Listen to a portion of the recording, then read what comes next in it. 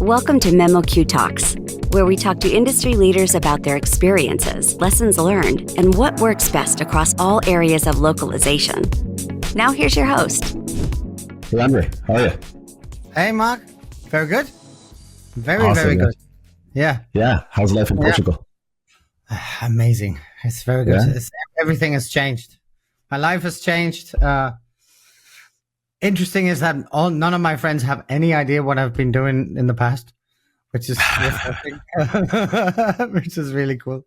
And I can't even explain. So it's funny to speak with you, for instance. Suddenly it's like this common language, common world. So yeah, that's cool. But life. Well, I want to talk to you more about your new venture, because to me that sounds exciting as hell. What you're doing there with the Ride Portugal business, and come on, man, dirt bikes outside in a really cool country like that. It's got to be awesome.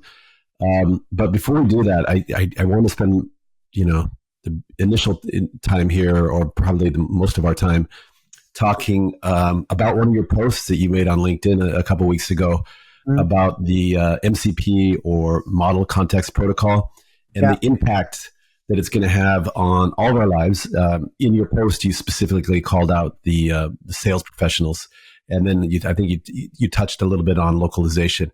And it's funny because I did a miniature deep dive on that topic afterwards, and to me it looks like a really cool, potentially really cool development. That, as you said, could really, change the way we work. But let me throw it back to you. Before we get started, maybe you can talk a little bit about what is MCP, and then we can start talking about, different applications and what the potential impacts are going to be. Yeah. I mean, when I spoke about the salespeople, it was just basically I wanted to start somewhere.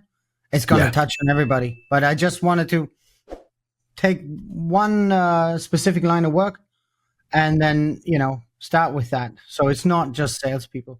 So MCP, right? Model Context Protocol is a standard protocol released by Anthropic end of last year. And it is really, the people that put it together really did a good job. It has a lot of advantages. It's very powerful. And what it does basically, it allows tools and AI to speak a common language. It basically puts a layer between the current AI tools we're using, any kind of LLM, and tools that humans are using right now. And as of now, any kind of connection had to be like custom wired with API and blah blah blah. Always was some development to be done. And the cool thing here is basically that they set a rule set, and software developers, in my mind, will have to make their software MCP compatible for AI to even be able to use it, because they're gonna say okay, we have our LLM, we want our LLM to do certain things, and basically we allow it to reach out through to different tools through an MCP layer, and your tool will either be chosen or actively avoided if it can't talk to it, right? And this, I think, is a big game changer, because you see, like, there's a layer that Zapier built and blah blah blah. There's so much adoption right now, and there's even like a rush to adopt, because I think especially developers understand that AI is everywhere. We all want to use AI for productive work, and if your tool is basically incapable of being used by AI, that is a problem. And therefore, I believe that the adoption will be very, very strong. And what it does. Shall I say what it does? Basically, what it. Yeah, sure. Yeah, I guess. So I used this example when we had the meeting before. I used this example of the Enterprise, right? I love Star Trek Next Generation, like from the 90s, because it was so. No, honestly, it was so. Jean-Luc Picard always sat in his chair and were like what reading stuff on a tablet. Think about when that was. There was no tablet, you know, and you know they have this thing, you know, anywhere in the ship they can go, computer, do the following thing, evasive maneuver, run a diagnostic test, right? And I think right now we're so fascinated still that we can speak to a machine that we don't fully realize that we're not quite there yet. Because what we're doing right now is like when we speak to an LLM, it's basically like you would say in Star Trek, you would say like computer evasive maneuver. Yes, now go to screen number 7 and press the red button on the left. And then, you know, you would basically get an instruction to run this evasive maneuver. But, well, if we think about it, we want to say evasive maneuver, and then the computer system to basically, you know, the LLM or like the AI to access the radar, to access this system, you know, combine the data, understand the strategic situation, run the thrusters, run the engines, right? This is what we expect as an evasive maneuver, not a stupid instruction on what to do when, you know? Yeah.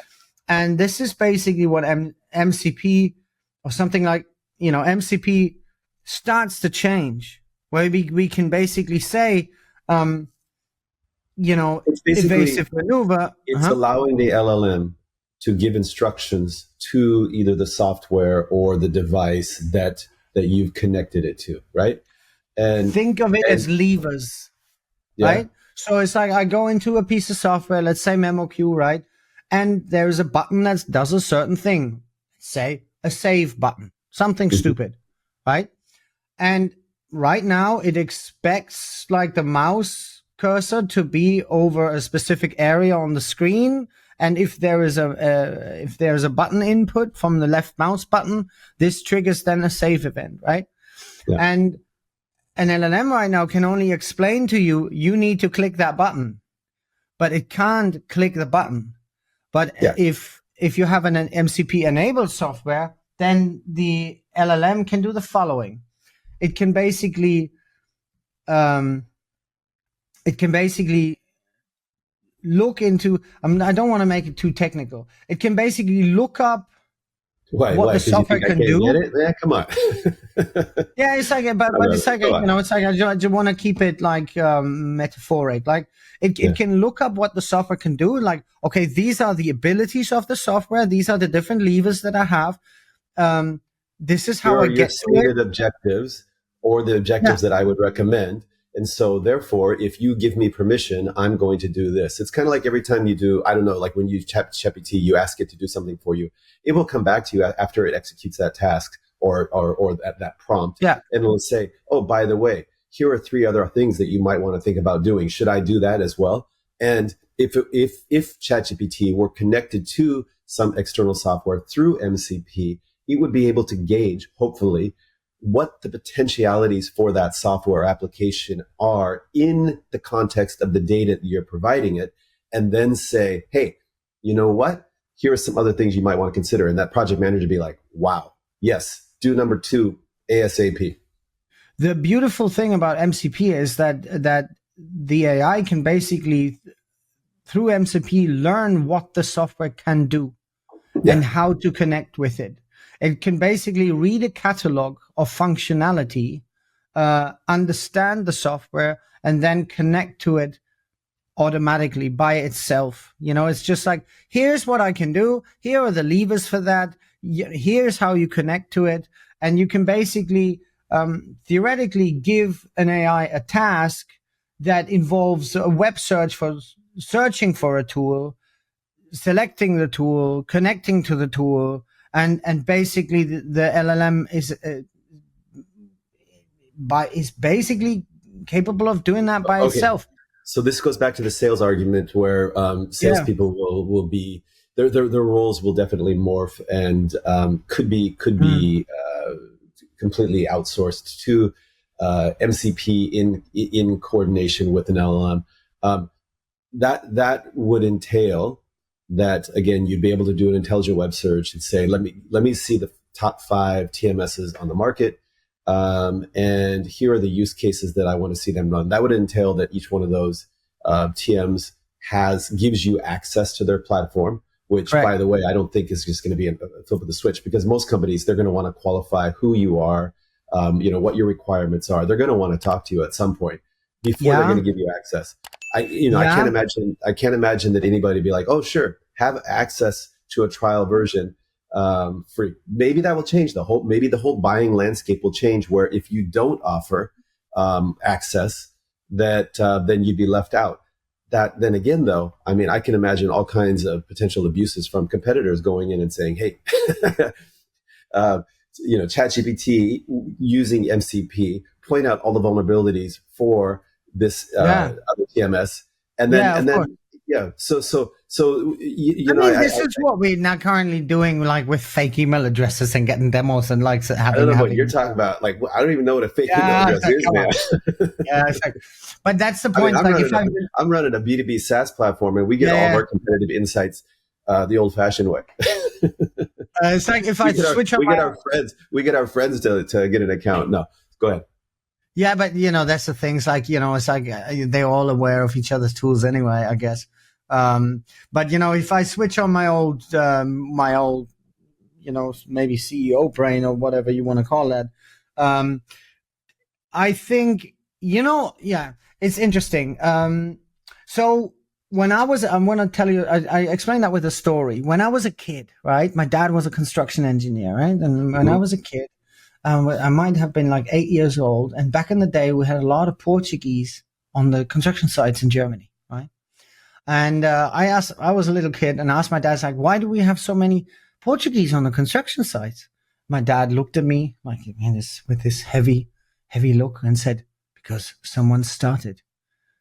And that's exactly the thing. It's like, it's like if we just get used to the fact that we just say, I need a tool to do the following. Here are the tasks, and the tool goes out and it'll find a way to do that. It'll find a tool to do that. And the minute the first tool allows an MCP, at least like in a demo instance or something like that, right? To be grabbed, to be handled, to be, to be used, then I don't think like, an AI system, once it found something that works, it's going to go through a big process of like, oh, maybe there's something better out there. It's going to grab that thing that it can reach, that thing that plays along, and that thing that is doing the task reliably. It's like an example. Maybe another example would be when the internet first started. A lot of companies said, why would I go on the internet? I get all my business through the yellow pages. In America, we had these big phone books. Yeah. We had the same. And if you weren't in the yellow pages, you nobody would find you, and they would say like, I'm not going to change. I get all my business. And if you're in the yellow pages today, guess what? There are no yellow pages, right? So you had to change. The paradigm had to switch. You had to move your brochureware to the web, and the web even changed, because if you're on the web and you're not in the first 3 or 4 organic or paid results, you're probably not going to get much business anyway, right? So the whole game playing field changed, right? Yes, and even with the search results, even for SEO and stuff like that, it's basically, you give the LLM a task, like, I need a tool for, to get this, or maybe you don't even say you need a tool. The LLM understands that it needs a tool for that, and then it basically just does a web search, finds a tool, runs them through their paces, maybe 1, 2, 3 or whatever, looks at the pricing, and then you could even go as far as basically giving an LLM a budget to fulfill a task.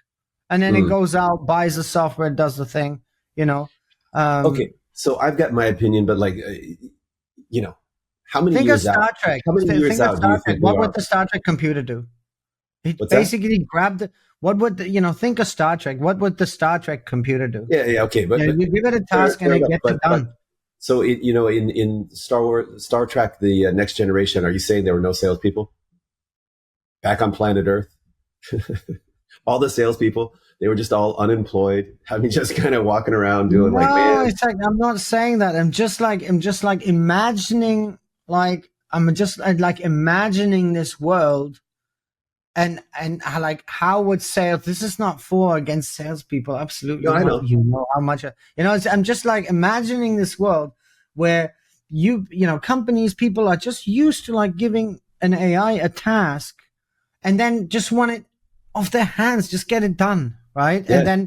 And that would require the AI to go out and basically make a purchase, or but let me being ask able you, to replicate.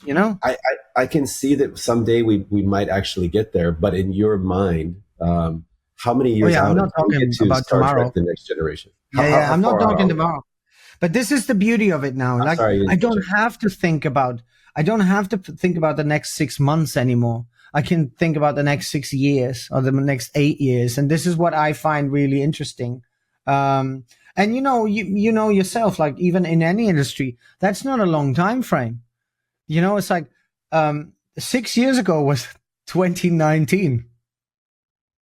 I know Yeah. what you did 2019. That's not a lot, that's not a long time ago.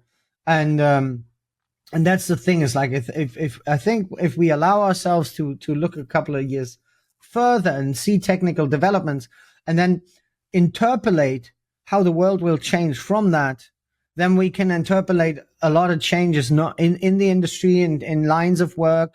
And I know from several companies in the industry, software companies in the industry, that they are rushing to implement MCP because clients are Oh, yeah. already asking for that. Yeah, no, and there are other reasons for it too.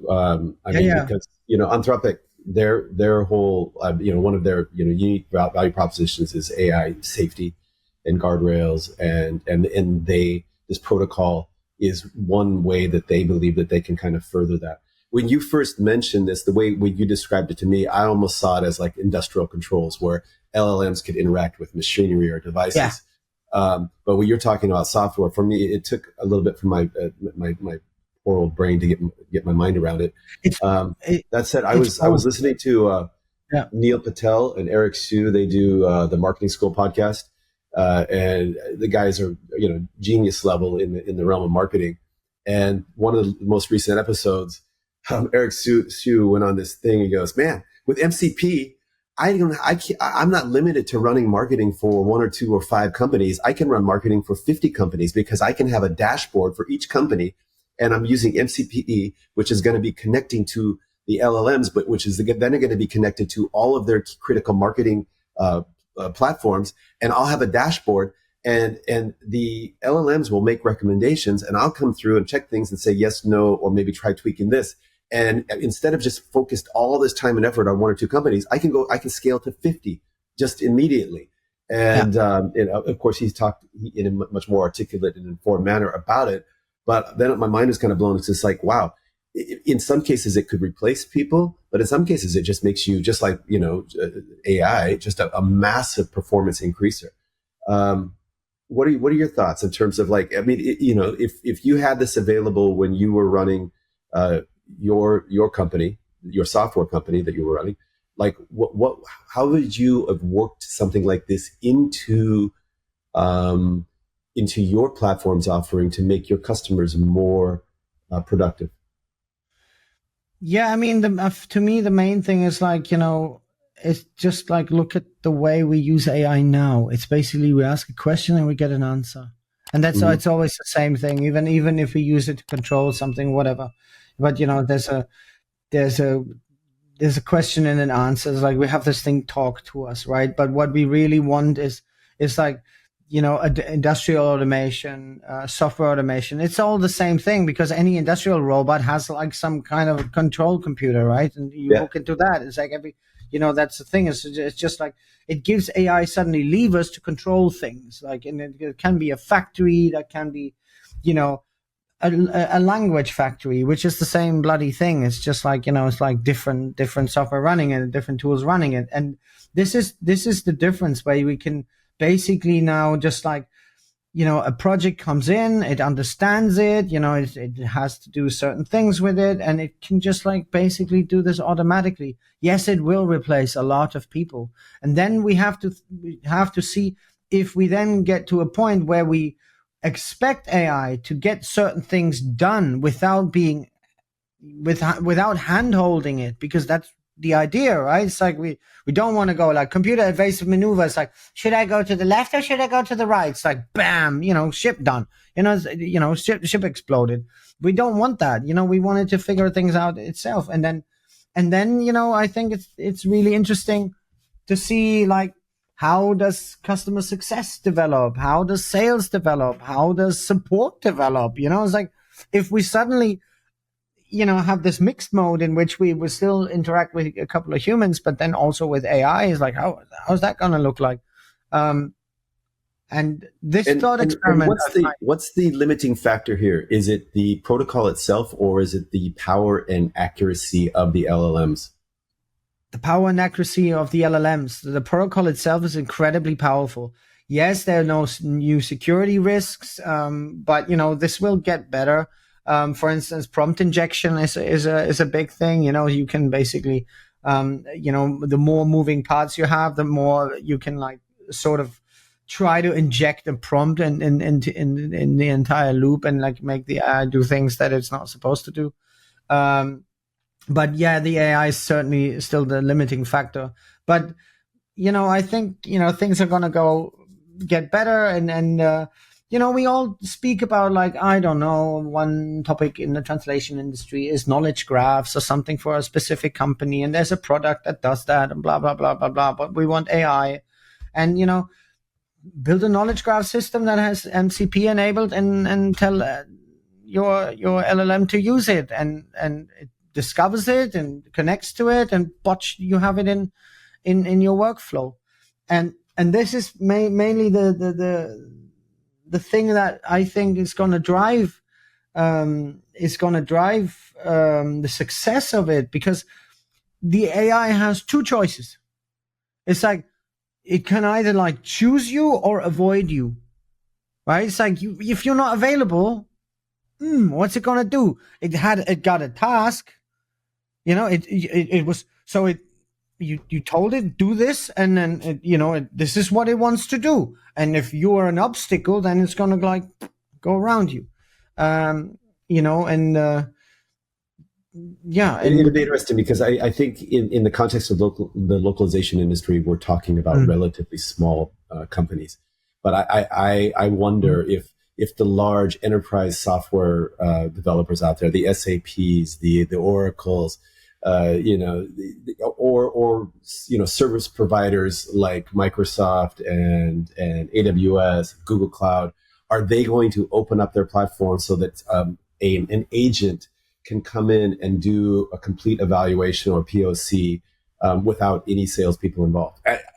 Maybe it will, maybe it won't. I don't know. What are your thoughts?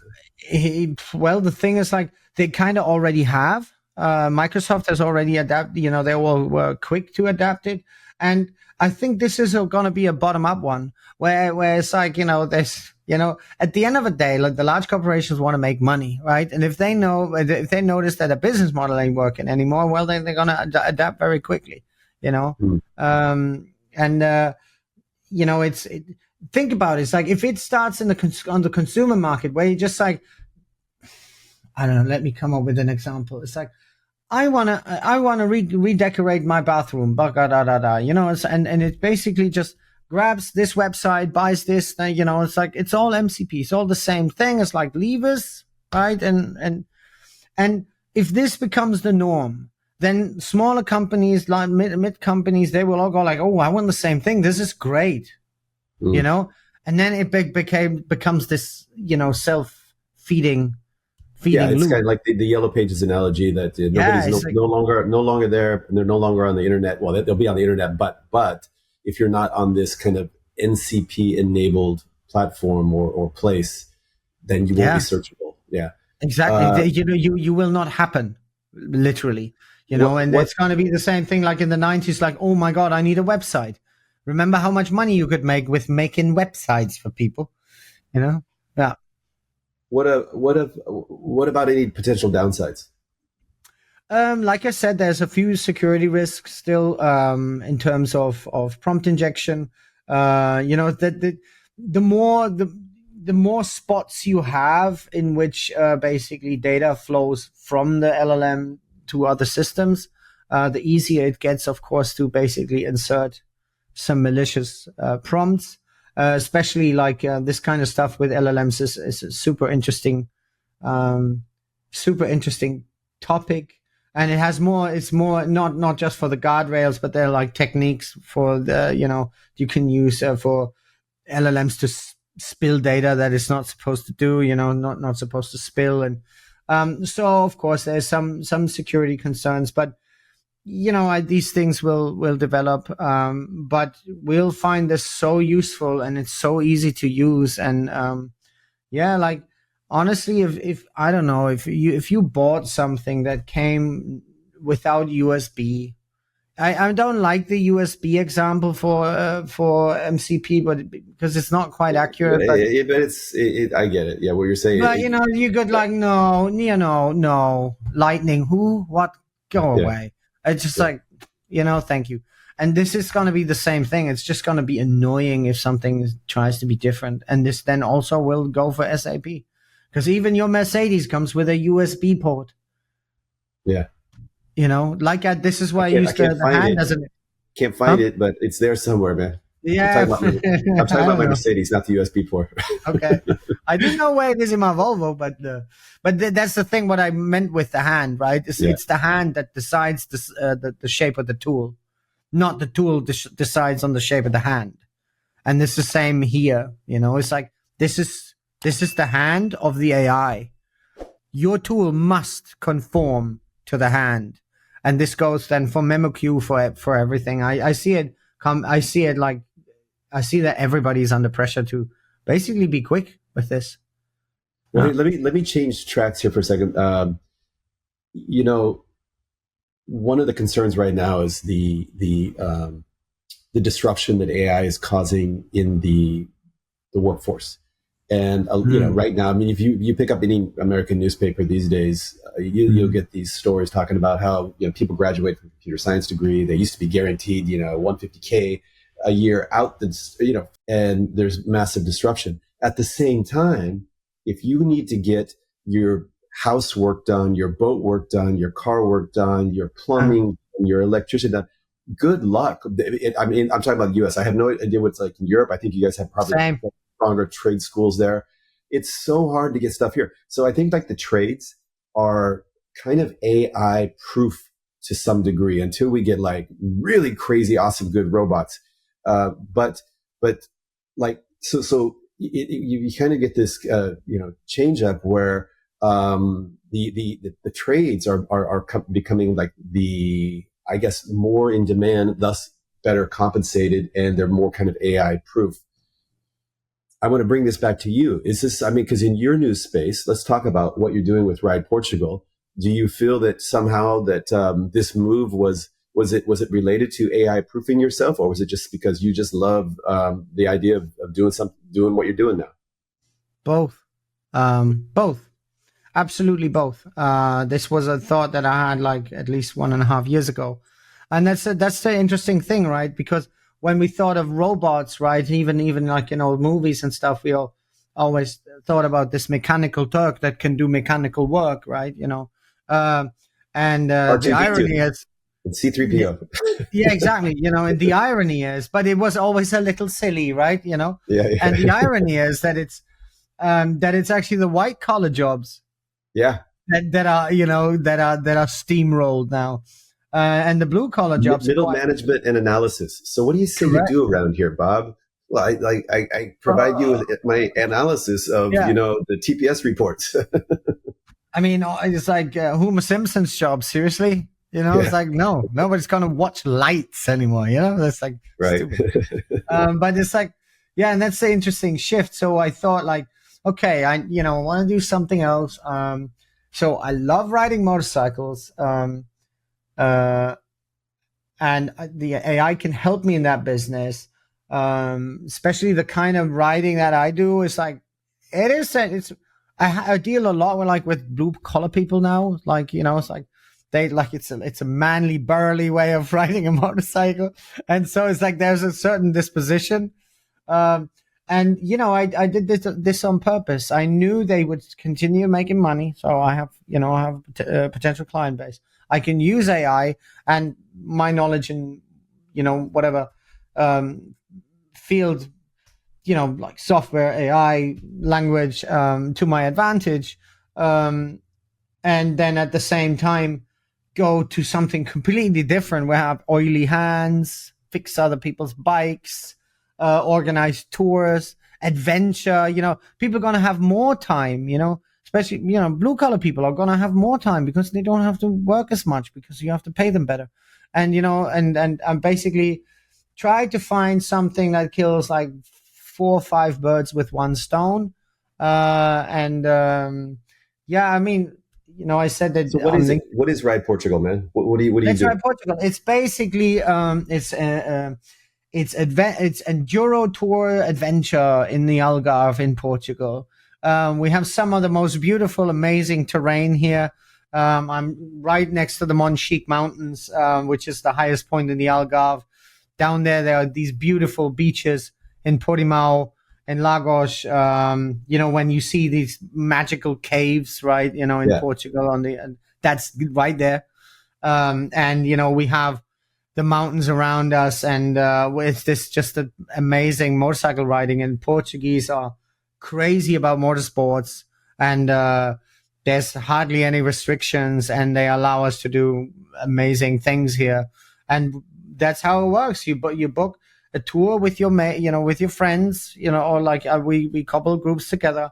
I pick them up from the airport in Faro. We have a house. We have a fleet of bikes, well maintained, and and then we guide them out. First day riding, and then they hang out at the pool. We do barbecue. We care about everything. And then they can talk about the day with a beer at the pool. Next day, another another direction where we ride another direction, and we do up to 3 days. After that, you're basically toast. You're beat up, and then basically we bring them back to the airport, and they go home super happy. And that's awesome, man. And are these guided tours, or they're going out on their own? No guided tours. So we have our main guides. I mostly do sweeping at the end because the main guides are just better riders than I am. And especially here in Europe, like countries like Germany, England, Netherlands, Denmark, Sweden, you can't ride in the winter. First of all, nothing is allowed. Second of all, it's cold, and it's a 3-hour flight down to Portugal. And you knock yourself out in December on a motorcycle, and you come home happy. And awesome. Even if an AI learns how to ride a bike, nobody wants an adventure ride with a robot. So it's like I'm safe. Tell me about this. You said you had a fleet, which sounds impressive. Like, what kind of bikes do you have? They're hard enduro bikes like KTM EXC. We have a couple of 2-stroke, like really like Entropy's War Drums, like really like hardcore. 354 strokes, 454 strokes. We have 13 bikes, 13 hard enduro bikes in total. So we can have groups up to 10, 11 people. We have a couple of free rides. They're more like smaller bikes, like also very nice for women. But it's all really like hardcore dirt bikes, because this is really where the fun is. We're gonna start in November. We're gonna start adventure biking, like with like more adventure bikes, little heavier midweight adventure bikes between Portimao and Malaga, going through the countryside in Portugal and countryside in Spain, like a 10-day organized tour. And it's basically I wanted to go into tourism because I see this is growing. It deals with language. I get to do what I love. I get to work with my hands and not just like blah blah blah, which I used to be paid. You're good for. At the blah blah blah, man. You're good at that. But it's like I still get to do a lot of blah blah blah, but it's like a different kind. And that's why I did this. It was a very conscious decision. Yeah. Awesome. And what's the website? It's called letsrideportugal.com. That's a pretty easy one to remember. Let's ride Portugal.com. Right, let's ride. I thought like, so what do we do? Well, let's ride Portugal. Come on, do it. That's Go. funny. Let's go. Awesome. Yeah. When did you start writing? Was when I was, I mean, as a like kind of illegally with like 12, 13, and then my first license was the 16, and I always rode motorcycles. I always thought like dirt bikes was a distinctly an American kind of no thing. no. And when I say that, I mean I know some of the top racers around the world, come from Europe, but I think it's just because we have more space here, and the typical American family has more toys. We have bigger garages, we have jet skis, we have dirt bikes and stuff like that. And in here is a particular demographic. It's mostly in your red states. You'd find a lot more dirt bikers, I just didn't, and I don't think that most Europeans have the extra the space to have. If they have a car, that's great, but to have a space to have a dirt bike, and then the terrain around them to take to partake in it. So that's awesome. I mean, in Germany, I always had like for my entire life, I basically had to break the law. It's like not in Portugal now we can talk about it, but it's like you had to break the law otherwise. Yeah. But then it's like you just did what you had to do.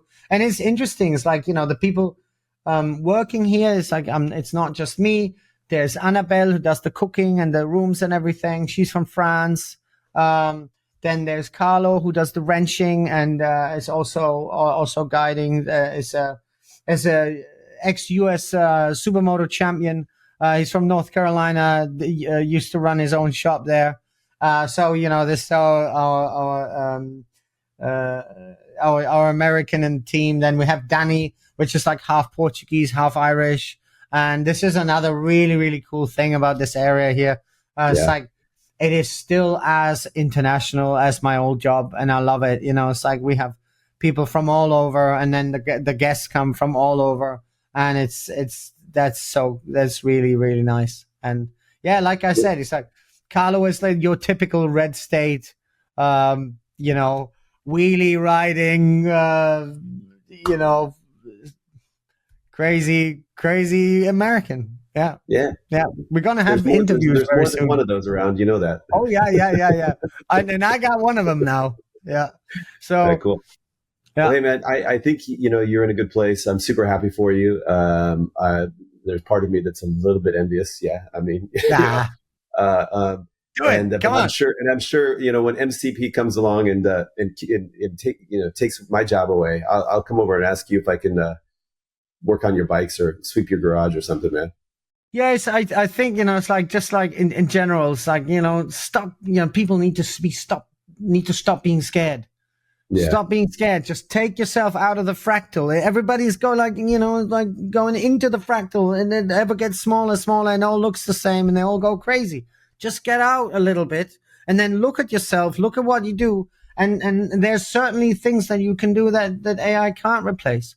But don't go out and just claim that AI couldn't replace your job just because you say so. Because that's not how it's going to work. That's what the people that, I don't know, made horseshoes said about the diesel engine, and it didn't work, right? Or printing press operators and typesetters and it's like on and on and on. And you're seeing it now. I mean, Amazon, AWS, and Microsoft recently just, they went through a couple rounds of layoffs, and people are like, "Whoa, what's happening? Our stock's at an all-time high. So business is good, but what they're cutting? I don't understand." And If any business has no interest in spending more money than they have to, it's like, this is not a surprise. So it's like translation industry as well. I think, there's plenty of opportunity. Just like, like I said, move yourself out of the fractal a little bit. Nobody tells you that you have to do something crazy that I did. Seemingly crazy. I don't think it's totally crazy. I think it makes a lot of sense. I don't think it seems crazy at all, man. It seems like if you're enjoying it, what could be more rational than doing something that you enjoy? And that's the way you make a living. I think I told you that quote, Raval Navikant, he says retirement is not working today for some imaginary tomorrow. Retirement is when you are working and enjoying today for the point of what you're doing, then you're retired. Because if you're really enjoying what you're doing, that's in essence retirement. And think about it. Do you think I get up in the morning and go like, oh no, I have to ride my dirt bikes in the hills again. Oh, that's so bad. You know, it's like, no, I am working. Yeah, I love it. You do have those IKEA runs, man, you know? Yeah, okay, yeah. But, you know, still, even that is kind of fun. And, you know, I just go down in the workshop, you know, it's really like in the movies, like you open the fridge, there's a cold beer, you switch on some reggae music and change some oil filters and, you know, do some oil changes. And I just awesome. you know, first couple of times that I did that, I just like had to giggle because, you know, think about the change, right? But I enjoy it so much because it's so unpretentious. I love it. That's awesome. Well, congratulations on your pivot there, and I wish you the best of success with Let's Ride Portugal. Yeah. And thanks for coming on the memoQ Talks podcast. You know, this whole thing about MCP, I think it's going to be something that we're going to hear more and more and more from in increasing frequency. Yeah. So it was great that you kind of put that into the. I think you were one of the first people in the industry that I saw kind of post about it. So thanks for that, man. And I wasn't allowed to say anything about it for like months. So it's like I was like, It's like I want to talk about it. So it's my name is Paul, and that's between you all. So hey, but Andre, hey man, thanks again for being on the memoQ Talks podcast, and I hope to see you either over there or over here sometime soon, man. Okay. Mark, have a good one. I hope to see you again one time. Come around to Portugal. I'll be over there, man. I'll be over there. All right, man. Take care. Thank you for joining memoQ Talks, where we talked with industry leaders about their experiences and lessons learned to gain new insights about what works best across all areas of localization. Join us next time on memoQ Talks.